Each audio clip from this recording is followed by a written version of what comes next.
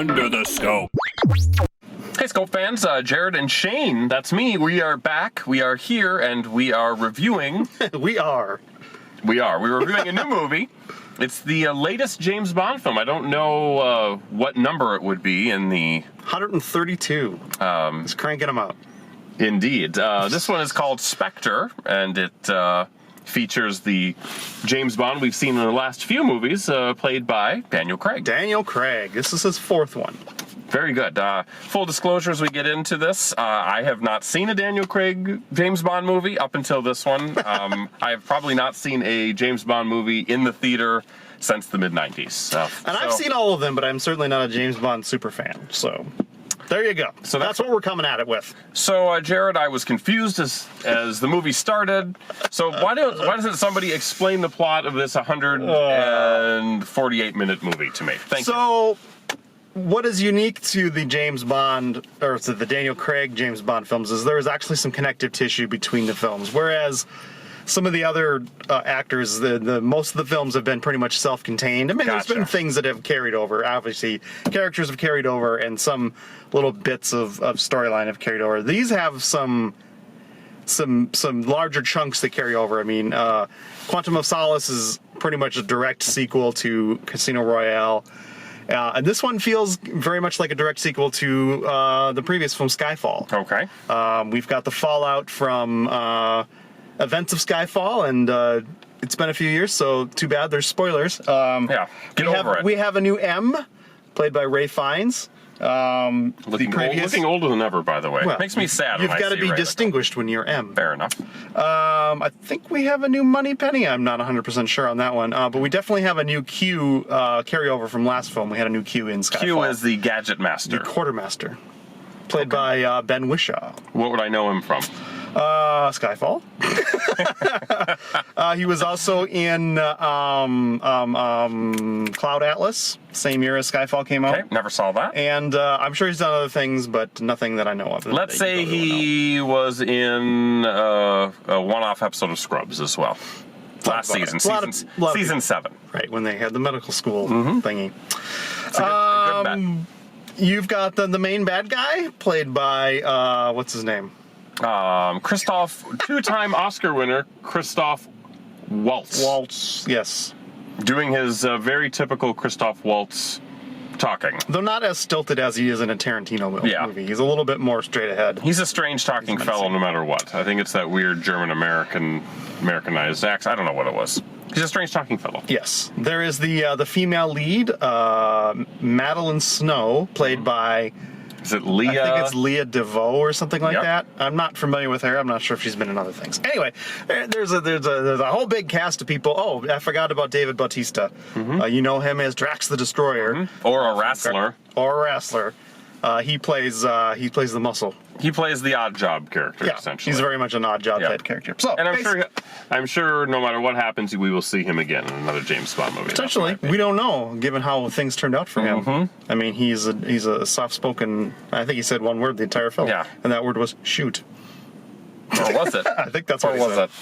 All right, so our opening scene is in Mexico City. Bond is there to foil a terrorist plot, because everything has to be terrorist related now. There is no other possible crime that we can do in films anymore. Sexy Putin, as we like to call Daniel Craig.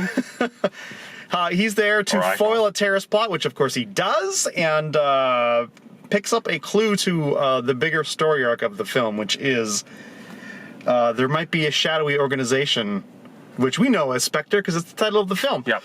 But a shadowy organization that is sort of doing a whole lot of criminal activity around the world. This terrorist, would-be terrorist that he ends up taking out in the opening scene has a ring with a little, like a 7-legged octopus. Hydra, almost. Sure. And that sort of leads Bond down the trail of sort of investigating what is up with this thing, what does it mean, what are the implications for the world at large. Meanwhile, the other subplot going on is MI6, the building you saw there, was that was the MI6 building. Gotcha. It was destroyed. Okay. In the last movie. Good to know. Why you saw it in ruins and why you saw it wired for They clearly let us know early on in the film that it was wired for demolition. because it's cheaper to blow things up than it is to rebuild. You said it.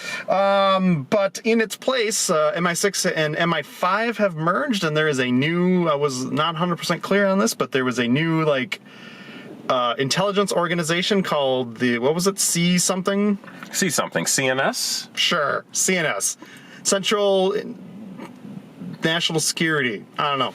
A new organization that is basically taking the other trope of modern spy cinema, which is the surveillance state. Yeah, we have drones, we've got cameras everywhere, and that's all we need, Jared. So basically, this subplot is plotting the old against the new. It's the new guys, the new kids with their upstart technology, their surveillance, their drones, versus the old guard, which is the 00 program, James Bond, flesh and blood in the streets, getting the job done.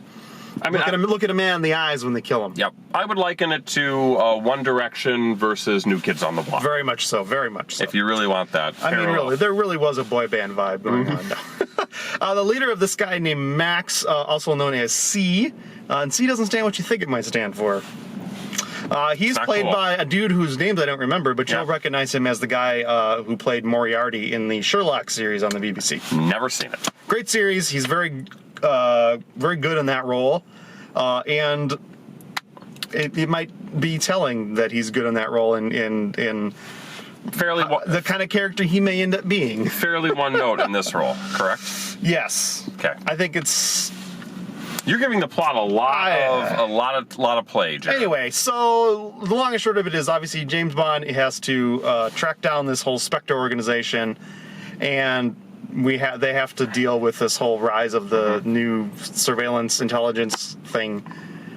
And as James Bond is checking out this surveillance business, you're finding that there may be less coincidence of bad events happening in his life than meets the eye. It could be that all these terrible things have been masterminded by one person. Yeah.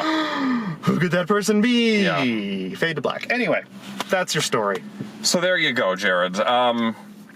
This film was a long one, as you told me before. It was 148 minutes. Which is 2 hours, 20 minutes. Honestly, 28 minutes. Honestly, as I said to you and to the other gentleman that was with us who refused to be on our review, it was about... That man was Sam Mendes, director of the film. Sam Mendes, I wanted to look at you in the eye and say, this film was about 45 minutes too long. There was a lot of stuff in the middle that just was boring to me. It was...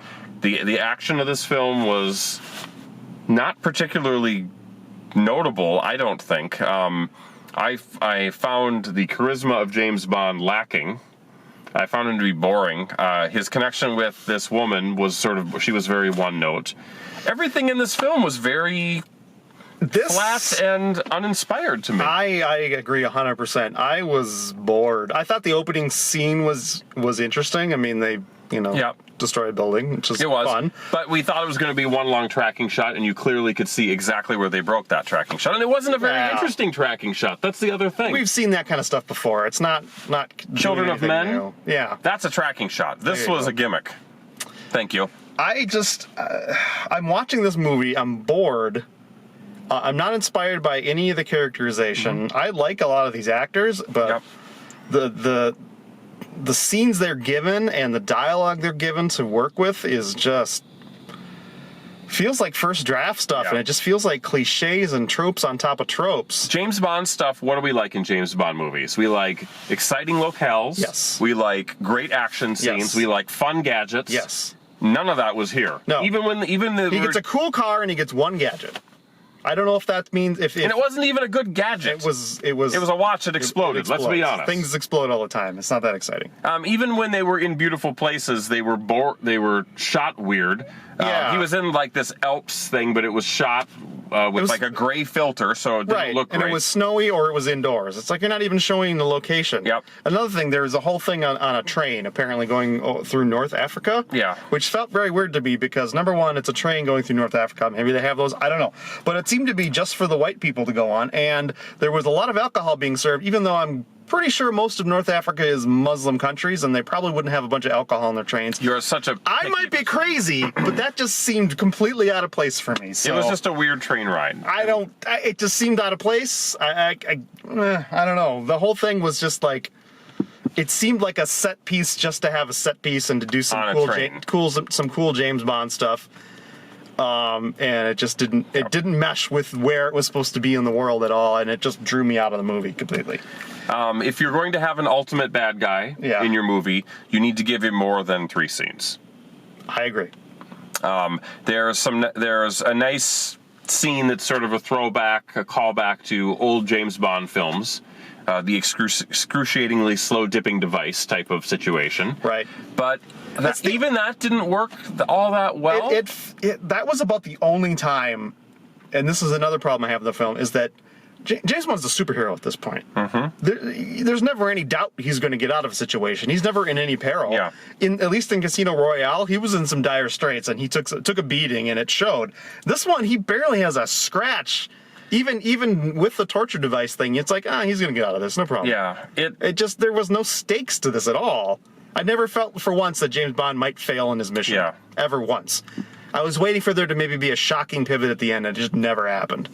Yeah, and me not being a James Bond fan might color my take on it, but nothing in this movie felt particularly original. Even if you're dealing with James Bond, you have to give us some element of newness. And it sounds like they've done that in some of the other Daniel Craig James Bond films, where you're trying to, flip the script a little bit. Sure. But this everything from the color by numbers plots to the boring action scenes, to the predictability of how it was all going to play out. And the one-dimensional characters that are there to deliver dialogue and give a motivation for James Bond to do something, even though they have no agency of their own. Ugh. Yeah, not great. It feels like, and maybe this is obvious this late into the series, but it feels like maybe they're out of James Bond stories to tell. Like, what else can you do? I mean, now he's just doing standard terrorist and surveillance state type movies. I mean, it's like, okay, there's plenty of other movies that cover that kind of stuff. Even though that is a reflection of our modern day society, it's like, you got to find a fresh way to do it. Or James Bond goes rogue, or the agency he's in is in danger. It's been done. It's been done. I don't. Maybe it's time for a new James Bond. Maybe it's time to shelve the series again and come at it with creative juices 10 years down the road. I don't know, but I feel like the series has run out of steam. I didn't like Skyfall that much, and I like this one even less. Wow. Well, let's take a second, collect our thoughts, and give it a score, shall we? We shall. The Scope score is 1 star. So a terrific 1-star review for James Bond. Jared is saying Toilet City. This is kind of one of the first big event movies of the Thanksgiving / holiday season, leading up to the best movie ever made, Star Wars. It's a big stinker. I think at last I checked it was in the mid-70s on Rotten Tomatoes, and I'm honestly surprised it's that high. Wow. I did not like it. There's nothing. There's no rewatchability about this film. I'm never going to be drawn to it. No DVD or Blu-ray purchase on this, Jared? No. Never. No. So there you have it. This guy knows. For all of the accolades that the Daniel Craig series gets, and that the Sam Mendes in particular gets for the last 2 films, or, well, I guess this is the second one. We'll see what the accolades are for this one. For the Skyfall, I don't know how you deliver this product. Our audience didn't applaud at all. It seemed people were leaving during the epilogue. I don't know. I feel like this one's it's probably gonna do okay business, but I don't think people are gonna like it very much in this country. There you go, Jared says. So Jared, the review is over. What is left to say? Well, you can like, comment, and subscribe. It's just that easy. And I'm sorry there's no cutaways, person who said that you were bored to death watching us.